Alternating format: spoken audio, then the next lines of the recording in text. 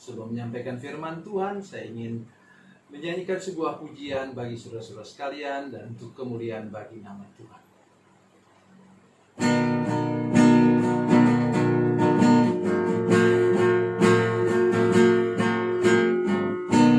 Setiap saat berlindung di bawah tangan kasih-Nya, hari demi hari berlalu di dalam kuasa-Nya.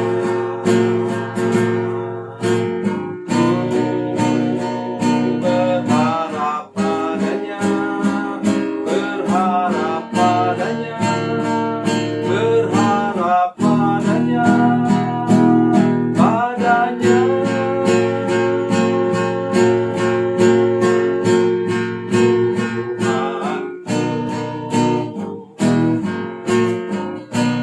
Setiap pagi ku menanti uluran tangan rahmat-Nya. Yesus Kristus Tuhan yang mulia memberikan berkat-Nya.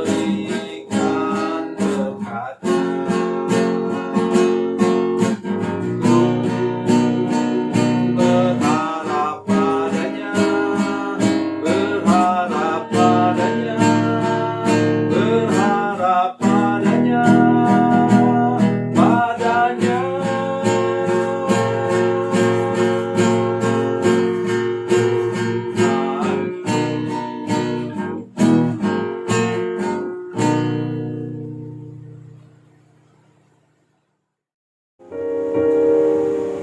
Salam saudara pemirsa, sampai jumpa kembali dengan kami dalam program Berita Pengharapan. Saudara pemirsa, menyesal itu tidak bisa hanya ditunjukkan dengan menangis. Memang salah satu tanda kita menyesal ya kita menangis dan minta maaf. Tetapi tidak cukup hanya sampai di situ. Tapi kalau kita sudah melakukan kesalahan berapa kali, kita harus kembalikan lagi itu berapa kali di hadapan orang yang kepadanya kita bersalah. Mungkin berat, tapi itu prinsip firman Tuhan. Mari kita berdoa sebelum kita lebih jauh mendengarkan firman Tuhan ini. Bapa, dalam nama Yesus, berkati kami dengan firman Tuhan sebentar. Tolong kami untuk menyadari bahwa pertobatan, penyesalan yang sungguh-sungguh harus datang dari lubuk hati kami yang terdalam. Terima kasih Tuhan. Dalam nama Yesus. Haleluya. Amin. Saudara pemirsa, mari kita membaca firman Tuhan yang biasa kita dengarkan pada hari Paskah, yaitu dari Perjanjian Baru Injil Markus pasal yang ke-14 ayat 71 dan 72. Markus 14 ayat 71 dan 72, demikian bunyi firman Tuhan. Maka mulailah Petrus mengutuk dan bersumpah, "Aku tidak kenal orang yang kamu sebut-sebut itu." Dan pada saat itu berkokoklah ayam untuk kedua kalinya. Maka teringatlah Petrus bahwa Yesus telah berkata kepadanya, "Sebelum ayam berkokok dua kali, engkau telah menyangkal aku tiga kali." Lalu menangislah ia tersedu-sedu. Saudara pemirsa, inilah Petrus. Digertak sama pembantu tukang sapu halaman rumah imam besar, dia sudah ciut. Padahal waktu itu saya perlu sampaikan pada saudara sekalian, sudah ada undang-undang bagus di dalam pemerintahan Romawi, yaitu bahwa murid tidak bisa dihukum bersama dengan gurunya. Sudah teratur baik. Bahkan sampai sekarang kita masih mengadopsi beberapa bagian dari hukum pada masa pemerintahan Romawi dulu. Saudara pemirsa, jadi sebenarnya tidak ada alasan untuk Petrus takut. Dan ternyata tidak ada satupun di antara para murid Yesus yang ikut disalibkan. Tidak ada. Ya. Jadi itu iblis itu saudara sekalian berusaha membuat kita takut sedemikian rupa, akhirnya kita menyangkal Yesus. Sama dengan pada masa kini, kalau ada tantangan atau hambatan atau sikap orang yang membenci orang Kristen, kemudian ya kita tahu, ditanya, kamu mau selamat, kami lepaskan, sangkal Yesus. Kalau tidak, kamu akan ditembak. Pada waktu seperti itu kita heran luar biasa, di mana orang memilih dirinya ditembak. Mungkin kita semua harus belajar dengan kasus Petrus di sini. Tidak ada ancaman apapun kepadanya. Itu ibu-ibu itu cuma bilang, kayaknya dengan logat kamu itu, kamu orang Galilea. Pasti kamu ikut kan? Itu jadi pengikut itu yang dalam lagi diadili. Karena waktu Petrus menyangkal Yesus, Yesus berpaling kepadanya. Jadi ada kontak batin antara Yesus dengan Petrus. Tadi Tuhan Yesus sudah mengingatkan Petrus bahwa dia akan jatuh ke dalam dosa penyangkalan. Tetapi dia bilang, sekalipun aku harus mati bersama-sama dengan Tuhan, itulah sebabnya jangan mengumbar janji saudara sekalian. Jangan mengumbar kata-kata yang sudah sendiri tidak mampu melaksanakannya. Nah, jadi diam sajalah. Ya. Dan memang dia berusaha untuk membela Yesus kan? Kita semua tahu. Dia mau potong lehernya Malkus. Tapi dia hanya biasa pakai parang atau pisau untuk apa? Bersihkan ikan, saudara sekalian. Potong ikan.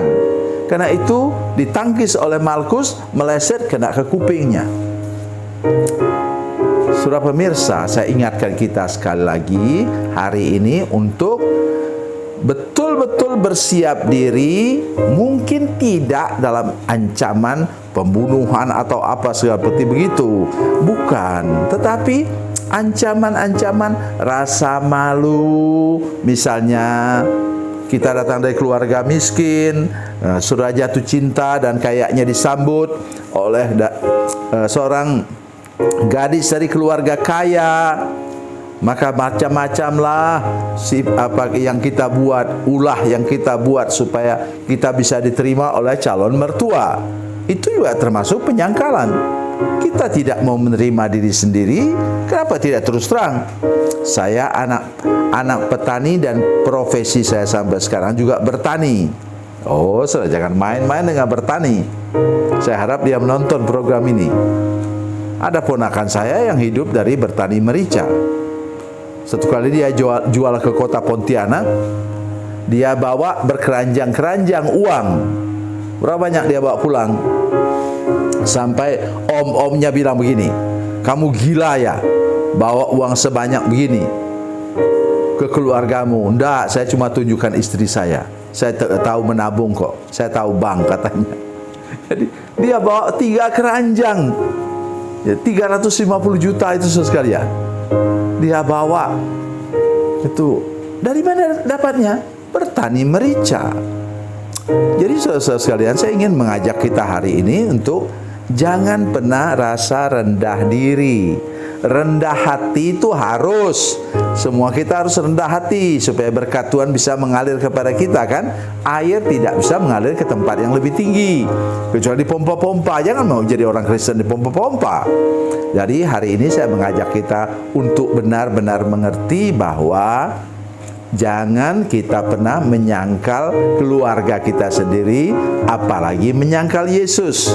Nah, kemudian menangislah dia dengan sedih, kata firman Tuhan. Atau dalam Injil Lukas saya katakan dia menangis terseduh-seduh, hancur hatinya. Tapi tidak cukup.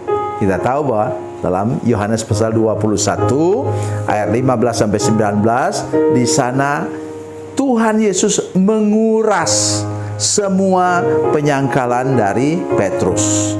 Itu sangat penting untuk kita semua, bahwa dosa itu harus diakui, dikeluarkan keluarkan dari hati kita, dan kemudian kita mengalami kelepasan yang sempurna. Kita tahu Petrus kemudian sampai mati dengan kepala ke bawah di Bukit Vatikan itu, disalibkan dengan kepala ke bawah. Oleh karena dia sudah menjadi seorang hamba Tuhan yang berubah total dalam hidupnya. Tuhan Yesus memberkati, Tuhan Yesus baik. Mari kita berdoa. Bapa, dalam nama Yesus, terima kasih untuk anugerah Tuhan. Kami sudah bisa mendengarkan firman Tuhan hari ini. Tolong kami punya sikap ksatria, berani, gentleman, dan kami menjadi orang yang tidak pernah berniat untuk menyangkal latar belakang kami, dan juga apalagi menyangkal Tuhan Yesus. Terima kasih Tuhan, Engkau ada bersama dengan kami sepanjang umur hidup kami. Dalam nama Yesus, haleluya, amin.